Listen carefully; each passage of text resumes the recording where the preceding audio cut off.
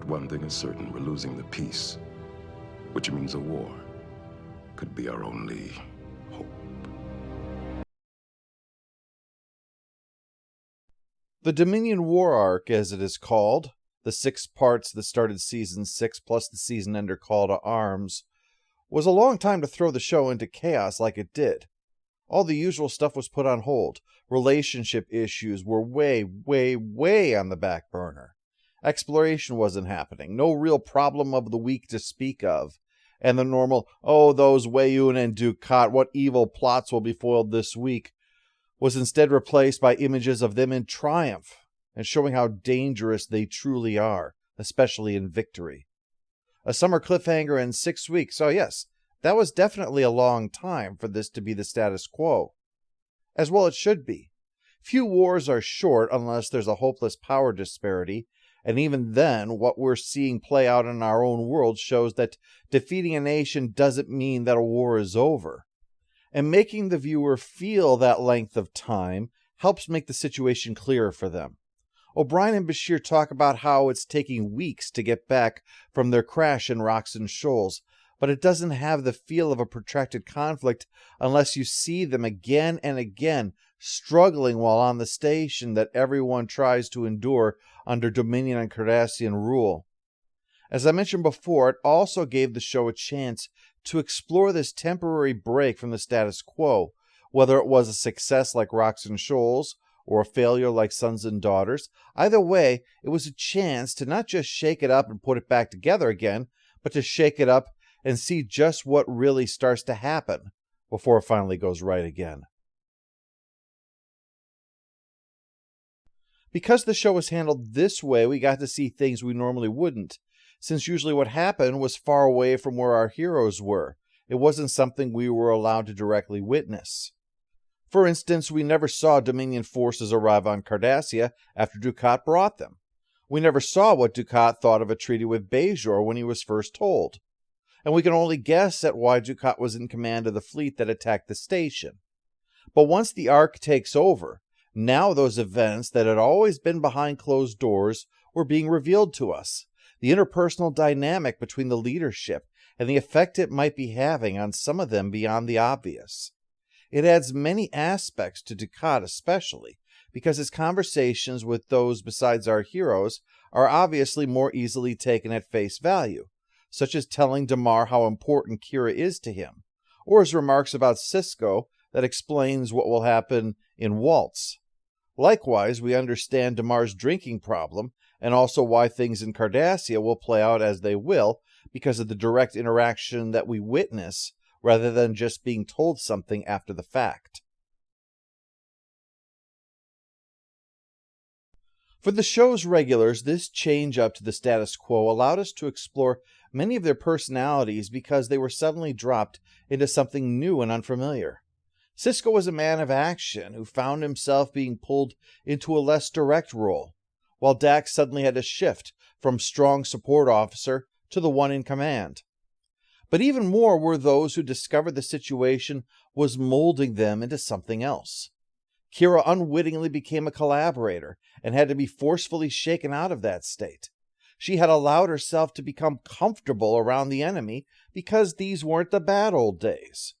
Her new colleagues were otherwise normal people, and so there was so much in that look of horror when she realized she was sitting in ops surrounded on all sides by the enemy, and then one of them just casually hands her a cup of coffee. Quark and Rom should be singled out in all of this. I know I pick on Rom a lot because it's low-hanging fruit, but let's be clear. Rom showed real courage and a belief in something far greater than himself, a willingness to die for it. When the chips were down, he showed a Ferengi can be brave and principled, and that is to be admired. But Rom has always been an atypical Ferengi, so while it's all admirable, it's also not a surprise. His is not a journey so much as showing that, in his case, pressure does make diamonds. Quark, on the other hand, while being far more complicated than the typical Ferengi stereotype, nevertheless has always embraced the Ferengi life. In this story, Quark represents the little people in all of this. When big things happen, we often forget that beyond the heroes and their entourage are just normal people hoping to get on with their lives. Like that Luke Skywalker quote. It's not that I like the Empire, I hate it, but there's nothing I can do about it right now. And Quark was like that. He didn't exactly like the Dominion or the Cardassians, but he didn't want to do anything to get himself killed either. In a fictional universe, that's often cowardice. But in the real world, that's really what the majority of regular people just do. Because realistically, they are powerless. Realistically, there is nothing they can do about it right now. But over time, the conditions reached the point where Quark wasn't going to remain completely neutral in all this. He provided info to the Resistance. Then finally, with no one else left, he felt he had no choice but to become actively involved, no matter the consequences. Odo did the reverse, moving from the Resistance onto the side of neutrality. That plus his tone is the reason his remarks about it having nothing to do with him are so damning compared to others who stayed out of it, because he betrayed the cause and didn't care. In the face of the link, he discovered he wasn't the person that he thought he was. The resolution of the arc is the most controversial aspect of it, hands down. Our heroes fail, and it's up to the prophets to bail them out. That's not a completely inaccurate assessment of things. What it comes down to really is how one feels about the involvement of the prophets like this. This is not an objective case of fitting Deus Ex Machina, because by definition, it's any artificial or improbable device resolving the difficulties of a plot. But that doesn't apply here. The prophets having powers so great that even to advanced people, they're indistinguishable from magic has long been a part of the series, so their capabilities to solve this problem isn't artificial nor improbable.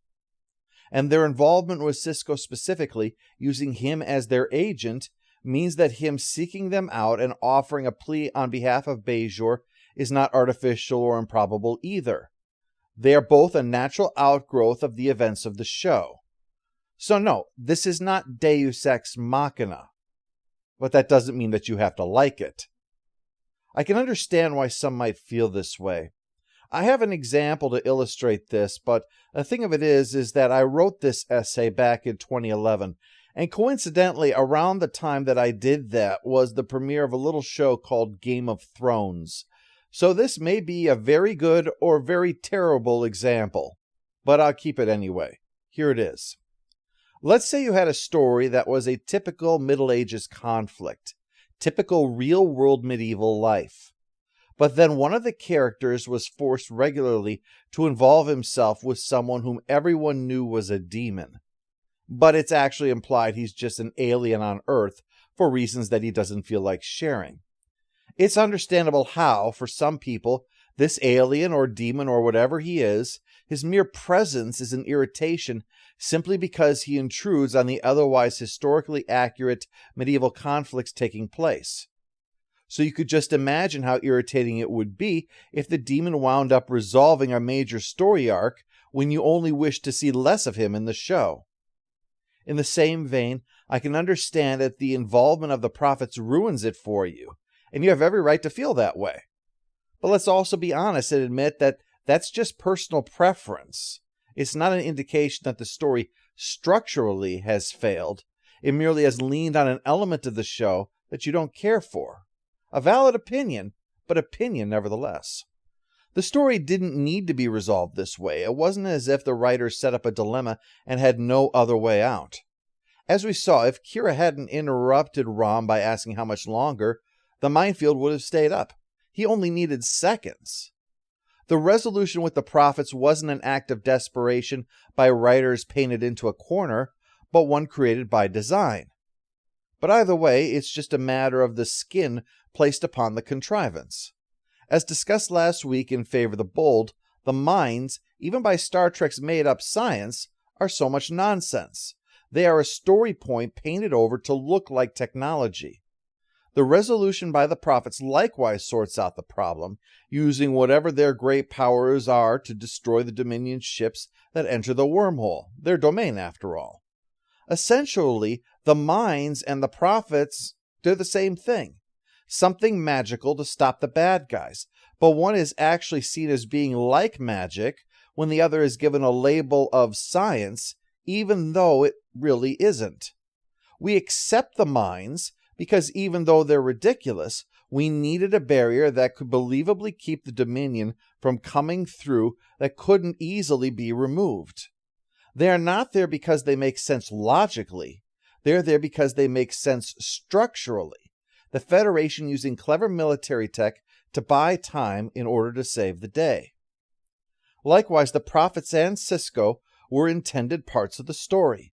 Sisko has been on a journey throughout the show from a man who thought all of this was nonsense to where he is now, moving forward bit by bit, reaffirming here and there in different ways, like prophesying that Bajor must remain outside the Federation, or going into the wormhole to reaffirm that it was he and not the long-lost poet that was the true emissary. Before going into battle, he read the prophet's words looking for insights. Like it or not, Sisko has become a spiritual man by now. So when the time came when he needed a miracle, he did what any spiritual man would do when he himself could do no more, and pleaded for one. And this was no mere resolve the problem and forget all about it act. It was just the next step, which would continue with Sisko's growing involvement with them right up until the end. The involvement of the prophets also exists as a counterpoint to what we've witnessed throughout the 6-episode story arc. In Rocks and Shoals, the Third and his men laid down their lives in a pointless attack because of their belief in the order of things, as laid down by the Founders. In Favor the Bold, Weyoun makes it very clear that the Founders are gods. He makes that clear to anyone who doubts it. And the Founder herself, throughout the second block, spoke of the order of how all must be, with the Solids doing as they're told, so that the Changelings can go about their grander existence within the Great Link. And yet, even with all these assertions that the Founders are higher beings, it is side by side with signs that they are not. Even as the Third prepares to die, he knows that it is because of betrayal, both of Vorta's collusion with the enemy and also that of their bodies, their addiction to the white that they need in order to live, because of how the Founders made them, feared their own worshippers. Even as Weyoun insists that gods do not make mistakes, we hear of his own limitations in both body and mind. He speaks of his God's perfection, yet we see in him over and over that his creators are either ineffectual or uncaring. And Odo himself starts to see through the attitudes of his fellow changelings in time, ultimately rejecting them when they want to kill someone just because they are a distraction. Everything showed that the Founders were indeed false gods. And so, what better way to prove it than to have their vast fleet, the result of all of their great power, to be reduced to atoms by the gods of Bajor? Next week, I'm going to be looking at my all-time favorite episode of The Twilight Zone, A Game of Pool. It's an odd episode because it has only 2 characters plus a voiceover, and there's only one aspect of it that's super normal. In fact, you could get away with making it a 2-man stage play. One of the philosophies of it, and it's somewhat related to the point made in Tapestry, always stuck with me, to the point that I can recite it for you from memory, which I have to do thanks to the copyright bots. As Jesse reflects on the challenge of the game before him, a chance to be declared the best or forfeit his life, Fats Brown makes the following speech. You know, where I come from, there's a race car driver. Go to the track and whisper his name. Say, Tazio Nuvolari, and watch the heads nod up and down. Or go to a bull ring and say, Manuolate. Both men face death daily, and both are legends. You never make the grade at anything by playing it safe. I mention this because of just what the Dominion War was, what went on behind the scenes, and the risks that it took show where Trek went right and where it went wrong. Ira Steven Behr and Ronald D. Moore said that the main thing they had to deal with was Rick Berman, who was always being too conservative, as Moore put it in an interview. Not politically, I mean always pulling them back from where they were trying to take risks. And explained so very well what happened. The arguments are made that Berman was just trying to keep it true to Gene's vision, or that the right mix is always in the middle when it really isn't. If you want proof of this, look at Voyager, where once trapped, everyone on the other side of the galaxy had everything be pretty much just situation normal. I'm not saying Voyager didn't have good episodes, certainly, but there was one unmistakable sensation that you got from Voyager. Never seizing the opportunities that presented themselves. He learned to play it safe. As one fine example of that, look at the aborted Year of Hell story arc, which could have been Voyager's shining moment, instead reduced to a mere two-parter with a reset button that made it never actually have happened. It wasn't until Enterprise was closing its second season, when they were in a desperate situation to keep the show on the air, that they were finally willing to break out of the mold and try something different, in that case the Xindi War. It wasn't entirely a success, but the point is the show was trying to do something different, and arguably it was the turning point for that series, where the storylines became more mature, where the characters grew up. Overall, the Dominion War arc was taking a chance, because it was outside what Star Trek would normally do, both in story style and structure, as well as adding the concerns that the show was dark, and also featuring a war with relatively limited action. The Battle and Sacrifice of Angels carries such a punch because the ones before are all just off-screen references, or we just see aftermaths and minor skirmishes. Tying the end of the war plot into the main subplot of the Prophets was also a huge risk, and as discussed, a controversial one.